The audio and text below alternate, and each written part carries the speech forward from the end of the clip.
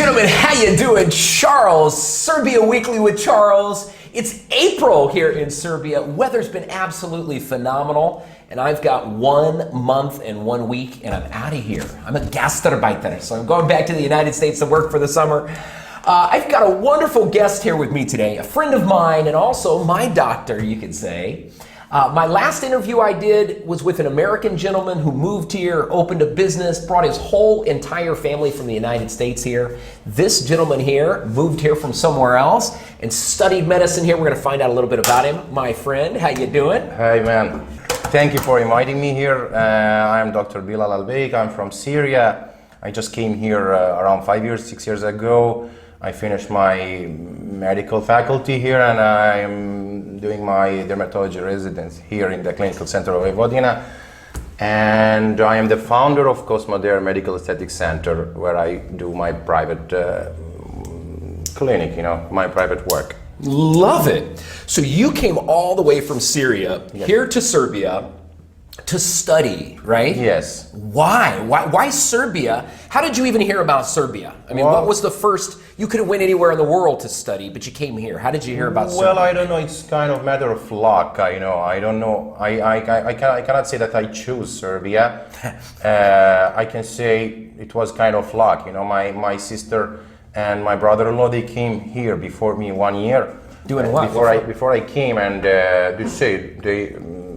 they are studying medicine, and they finished, and they were telling me about how it's really good here, and so I just came. Wow, interesting. So your whole family, brothers and sisters, studied medicine here also. My sister, brother-in-law, her husband, they are doing now is the same, doing dermatology, and my brother-in-law is doing orthopedics. Wow, very interesting. So in Syria, when you're a young man, what did you know about Serbia? How did you even hear about it? Americans, nobody even knows where it is. How did you first hear about it? Well, it's funny, but I was playing basketball. It sounds funny, but yes, I was doing basketball. My brother was a professional basketball player. When I was a kid, I had a coach from Serbia. Wow. Yes, professionally came contract, and I was coached by a Serbian coach. And maybe later I was coached by 2 more Serbian. My brother has a Serbian coach when we were playing basketball in Syria. In which city were the Serbian coaching? Well, I'm from Aleppo, from the city. It's in the north of Syria, and mainly the coach is in Al Ittihad team, where I was playing. Man, that's really interesting. I saw some statistic, and it showed there was the Moroccan national team. It was coached by a Serbian. Yes. I saw there was another coach. The Serbian basketball players are, I guess, world renowned for being quality basketball coaches. I was coached, and I always have a good idea about the basketball in Serbia. They have their mentality. They want always easy finish. They play very efficient basketball. They don't like those moves that they are the show as in the NBA. Yeah. So they are so strict coaches, I can say. So I always loved the basketball in Serbia, and I always watched the national team of Serbia when they are playing in the world, the World Cup or in the European champion or something like that. So I will always watching the basketball, and I was fascinated by that. Yeah, that's a cool thing. And so when you moved here to study, you found which university did you attend here in Serbia? Well, I joined the medical faculty of Novi Sad. And that's in English language or yes, Serbian? There is an English program which is parallel to the Serbian program.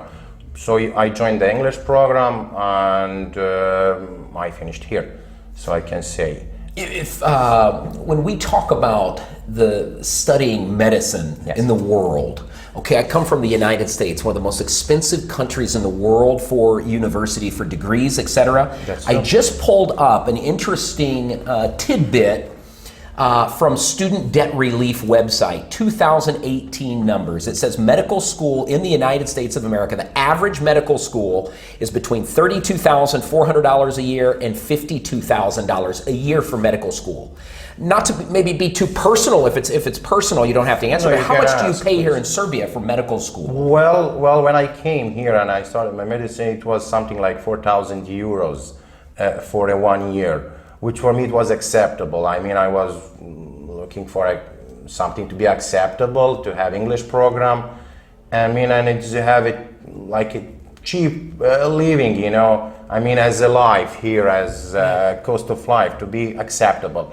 With Serbia, it was really very good and acceptable, and I was so, let me say, satisfied for choosing here. So more or less, you can get your medical degree in Serbia for roughly $20,000. That's a 5-year? That's a 6 years. It's a 6-year. Yes, it's a 6 years, so you can really, you will learn a lot.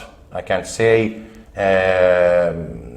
the level of medicine is really very good here. Is it? Yes, it is. It is very good. You really will learn a lot here. Wow. So the professors, their English is good, they're qualified? I mean, the program is good, the professors are good.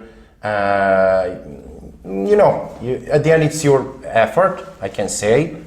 Wherever you go, you will have the information, you will have the literature. But at the end it's your effort. I mean, if you want to work on yourself, you will be successful. Yeah, good. You know, the degree is a degree, but your effort is your effort. Sure. So a little bit more about Serbia. When you moved here 5 years ago, did you know any Serbian words? Could you speak any Serbian? Well, at all. I cannot say that. You know, I was always looking at the Cyrillic, which I say the same way how they look at my language, the Arabic, something, what is that, man? How you can read it, you know, it's something you need. And the same way I was looking on the Cyrillic letters, so I could say that I didn't know nothing. Really? So when I came here, it was funny how I learned the language. I really learned very fast. Maybe I can say in 6 months I really learned the language. I didn't attend any school, which is more funny. I'm a person who really like to cook. So I was every day when I finished my faculty, I was going to the vegetable market, Piazza. Yeah. And I was talking with the old people, you know, they are selling their, every day I just learn 10 sentences on Google. And I go there, just speak with the people there, you know, they are so friendly. You know, the good thing in Novi Sad, they are speaking slowly. Yeah, you know, yeah, I noticed that. Yeah, everything is slow. Like here. la, they go. Yes, that's true. So they are speaking this, it's very, you know, easy to listen, to hear the words, to get more and more words, more vocabularies every day. And I getting home, just remembering what they were telling me, asking my friends what that means. So I really made a good... All by yourself? That's absolutely phenomenal. I mean, you don't need to be shy if you want to learn the language. That always the key.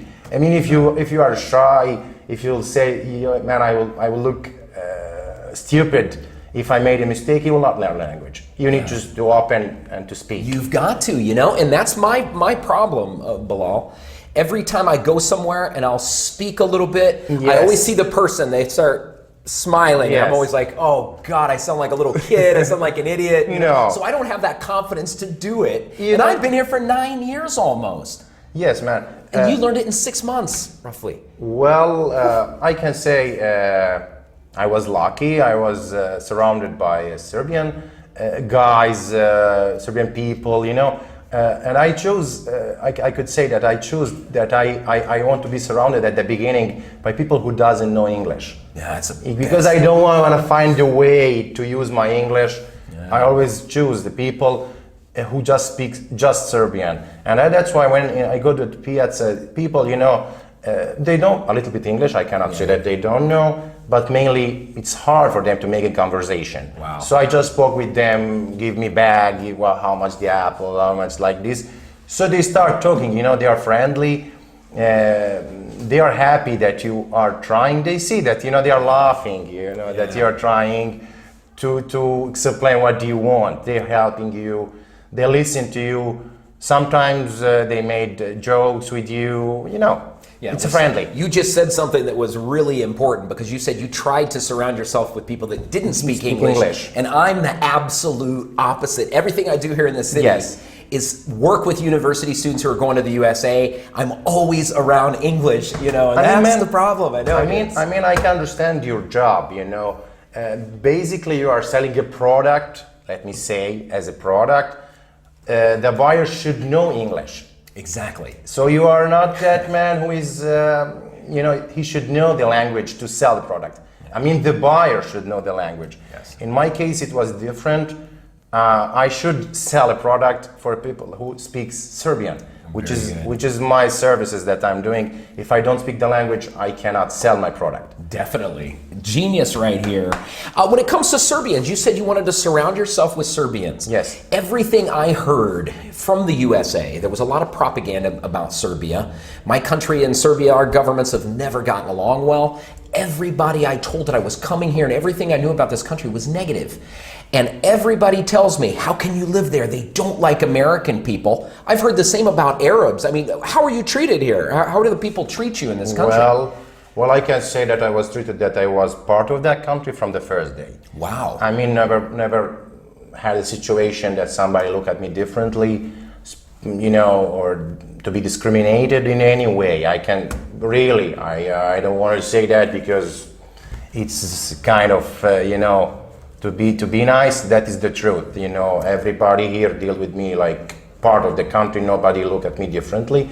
I mean, about that part of propaganda or the media, it's a politics. They want to show give for themselves a reason to show that people bad for some political reason. I agree. And that is the main reason why they are talking in the media badly about some people as Arabs or Serbs or when you're watching a movie, when some bad things they are connecting with some nations. It's all in that way it goes. So I'm a person who didn't listen to the media. I have my own experience, which is very good. Love it. Good for you. Last question about Serbia here, the food. I mean, how did you adjust? Is the food's very different from Arabic food, Syrian food specifically, right? I mean, you are speaking with me, as well, I came. The Syrian food. You can. I don't know if you are in the Arabic world, but our food is very popular. It's a delicious cuisine. The Syrian cuisine, as the Turkish cuisine, they're one of the best kitchens in the world, but I'm gonna say in the Arabic world. So from Aleppo mainly. We are very popular for our food. What's the most popular food I maybe would have heard of from Syria? Is the Syrian cuisine? Well, you're eating falafel maybe, sure. Or shawarma, which is like a gyros. Yes, those are fast food more. Our dishes are really a combination of a lot of things. We have a lot of spices. I can say we in every season, which is the main, now that is. For example, now is the season for tomato. We have a lot of dishes based on tomato. So it's seasonal cuisine. It's seasonal, yes. So it's really, we have a lot of dishes. So I cannot say it's 100 or 50, but we have a lot of dishes. I see. Here in the Serbian market, yes, it is. I love their food. I love sarma. You eat that? Yes, I like it so much.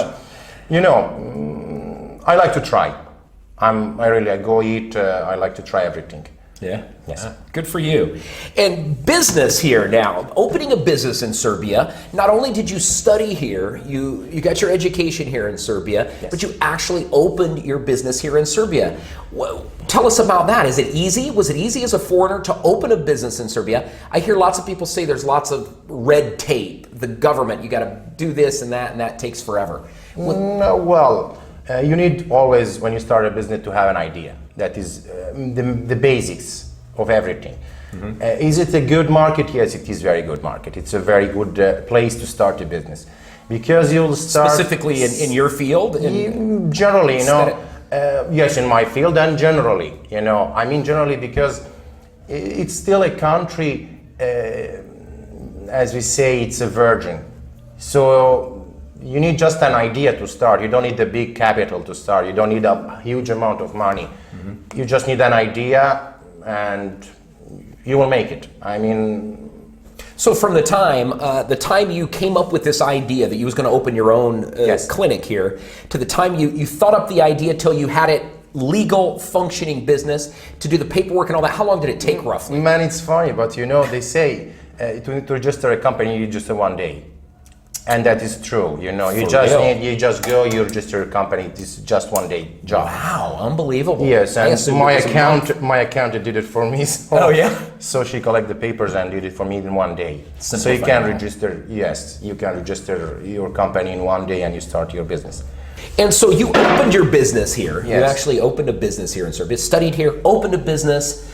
And what exactly does your business do? What is it? Cosmetology, dermatology, aesthetics, what is it? Explain it to me. Well, when I came here, I mean, I was always hearing about that medical spa, you know, which is... Banya, is that what they call it in Serbia? Well, I don't know, banya, yes, it's for the spa, but I came here with idea, that's what my idea was, a medical spa. Medical spa generally is a place where it provides medicine with cosmetologists the same way, so you are covering the word of aesthetic, let me say. So my center is based on cosmetologists, which is doing facials, manicure, pedicure, everything for taking care of the woman, and I'm doing the aesthetic medicine. You have some Serbian? Yes, I have a Serbian girl doing as a cosmetologist, cosmetician. Yeah. Let's say. And I'm doing my part, which is aesthetic medicine. Aesthetic medicine, that means a lot of things, you know, injecting fillers, injecting Botox, a lot of that fields in that, let me say. And it seems odd, though, to me, and maybe you could explain this a little bit more, but if you're going to open something like that, why would you do it in a country like Serbia? If you're doing stuff with, like, aesthetics, are these people that into looks or what? Well, man, you cannot believe me, but people are here crazy to be beautiful. Yes, that is true. I think it works. They are beautiful. I mean, Serbian girls are known for their beauty. You know, when you see your Serbian girls, they are so beautiful, and that is true because they take care of how they look. I can say maybe if she would choose to eat or to do manicure, she will choose to do manicure. That is true. I mean, wow. That is true. You know, she will borrow money to do something. That is really, I can say, because they are crazy to be beautiful, and I respect that. I mean, I always, you know, you are beautiful, so all the doors will be open for you. Yeah. So that is true, and I really respect that. You know, I've even noticed that a big difference from where I'm from. I'm from the middle of the USA, but like there, you will see, like in the morning, 8 o'clock, 7 o'clock in the morning, you'll see an American woman, she never does her hair, sweatpants on, she'll go into the store to buy something. Here you never see a Serbian woman do that, do you? At 6 a.m. when I go to my work, she's 5 stars. Yeah, 5 stars, totally, yes, always. She wake up 1 hour just to do everything. She cannot go out of apartment if she don't look 5 stars. That is true, and that is really, I should respect that. Yes, certainly. So this is a good place for a business such as yours here. Yes, business is thriving here. Yes, that's true. You know, you can, when you walk in the streets, you know, in every 100 meters there is a kind of aesthetic center or salon or freezer or and that give you that there is a job. I mean, you cannot open and close in 2 months. There is a job. Yeah. Because people really want to be beautiful. They want to be beautiful. Yes. What about when it comes to the guys? Is all of your clientele women who are getting Botox lips and stuff? Do you have men come in there too? No, I really, the guys are coming, you know. It's still a little bit confusing or embarrassing to visit some, but they are coming. Typically for what? What does a Serbian man come in? You know, they come for facial, you mean normally. Really? I mean, yes, you know, you're cleaning your black heads, which is bothering for a man or for a woman. Which is that simple thing. You can do it in 1 hour, you have fresh face, breathing face, you know, that is really good.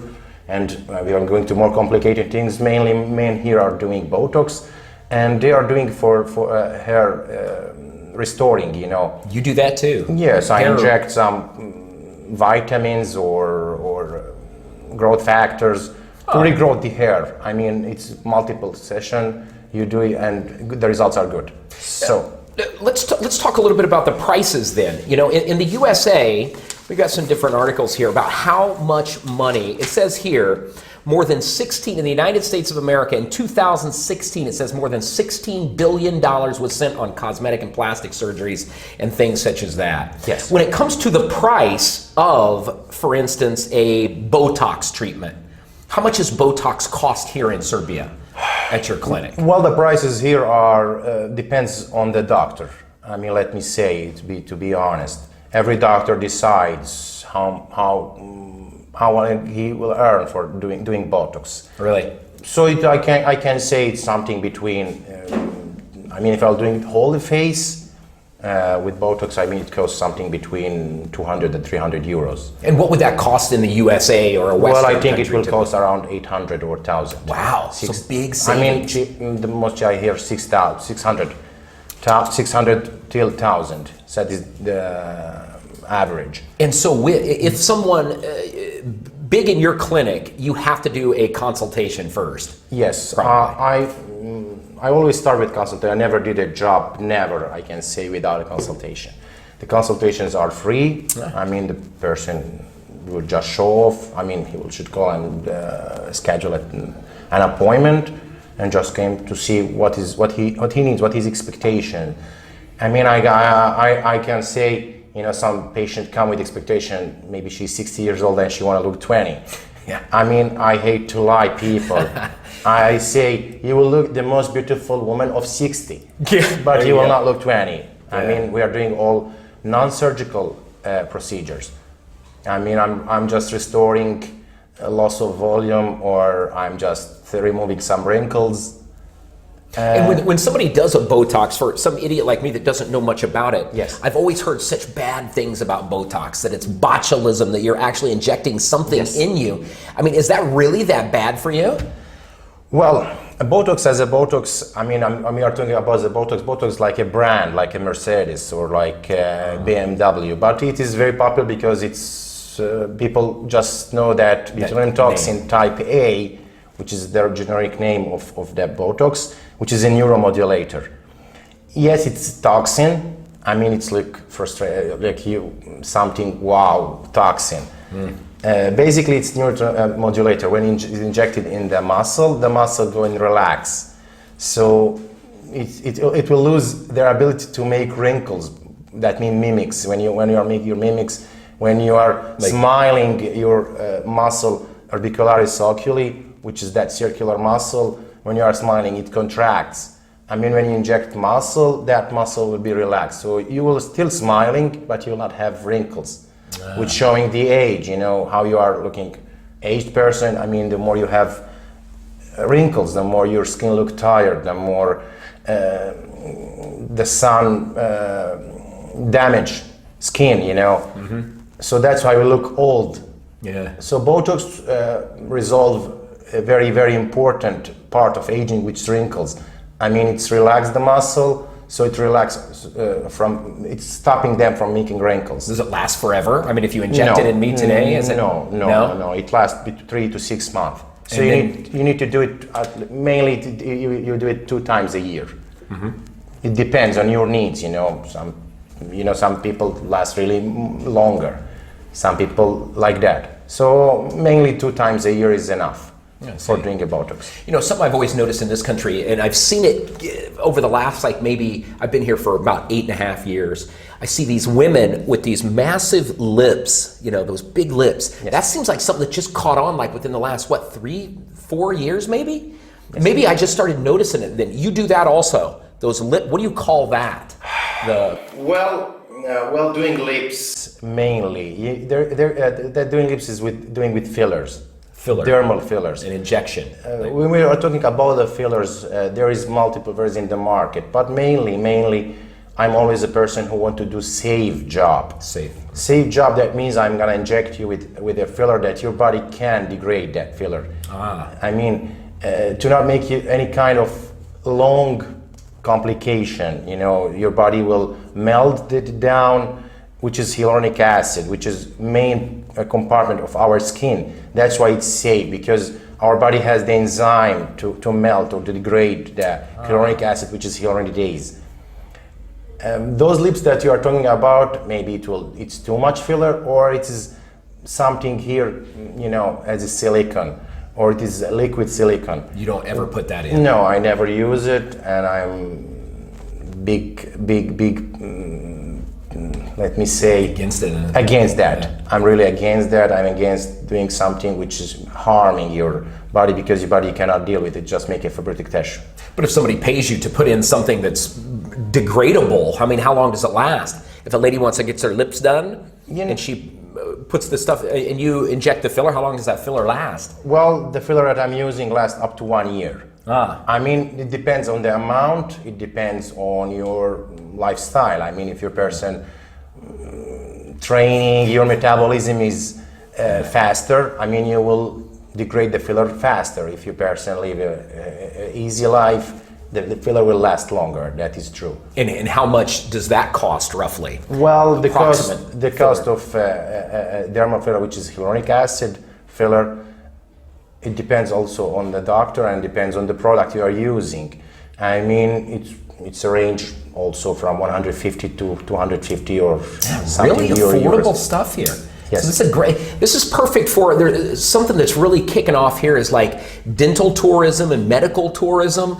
This should be something that's really picking up also for people from the USA. You could come get your teeth done, get your body fixed up, that'd be awesome. Well, that is true,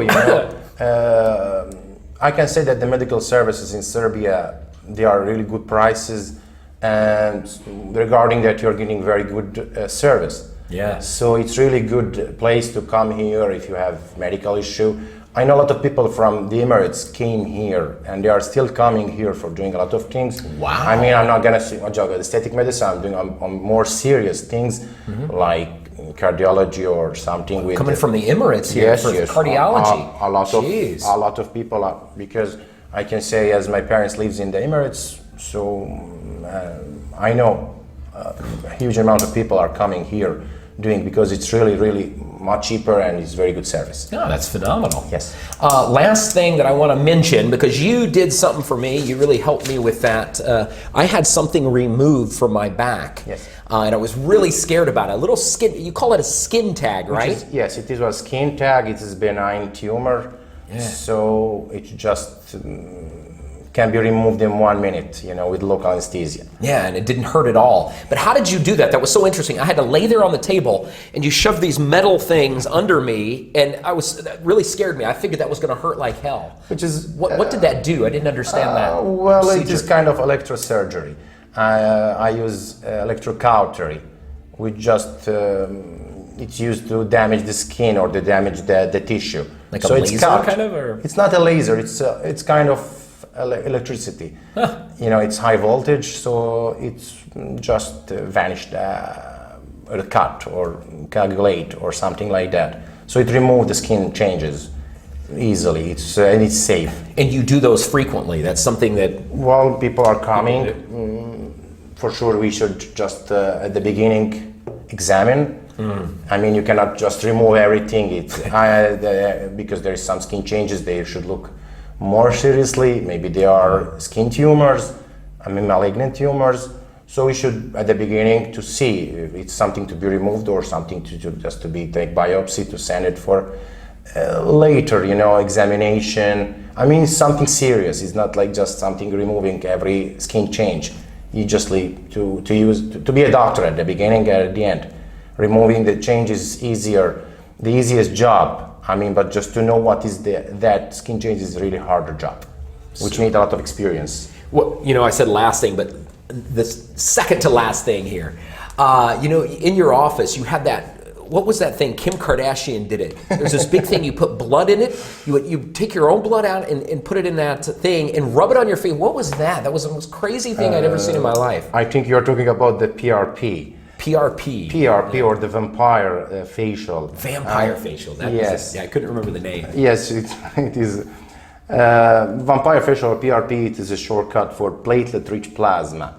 I mean, you are using your own plasma, your own blood, which is you withdraw your own blood, you put it in some specific tube, you just put it in the centrifuge, and you just take the plasma, which is very rich with platelets. Platelets are like bags of growth factors. I mean, it's really high concentrate of growth factor, and you are doing a treatment with that. I mean, I use it for acne scars. I do it for restoring the hair.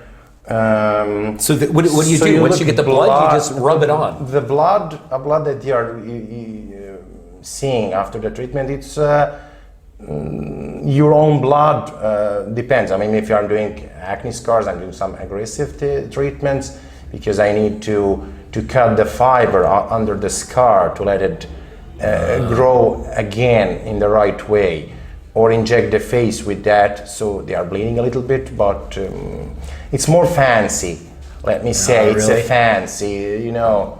Yes, the results are great. It's really a gold standard treatment, but it's also fancy treatment, as the Kardashian make it. You know, people are crazy about the Kardashian and what she's doing. Yeah. So it's How much does something like that cost, roughly? It's a treatment, depends, you know, but it's also the wage between the range is 100 to 150. Yeah, man, wow. Yes, it's really affordable place. Wow. Yes.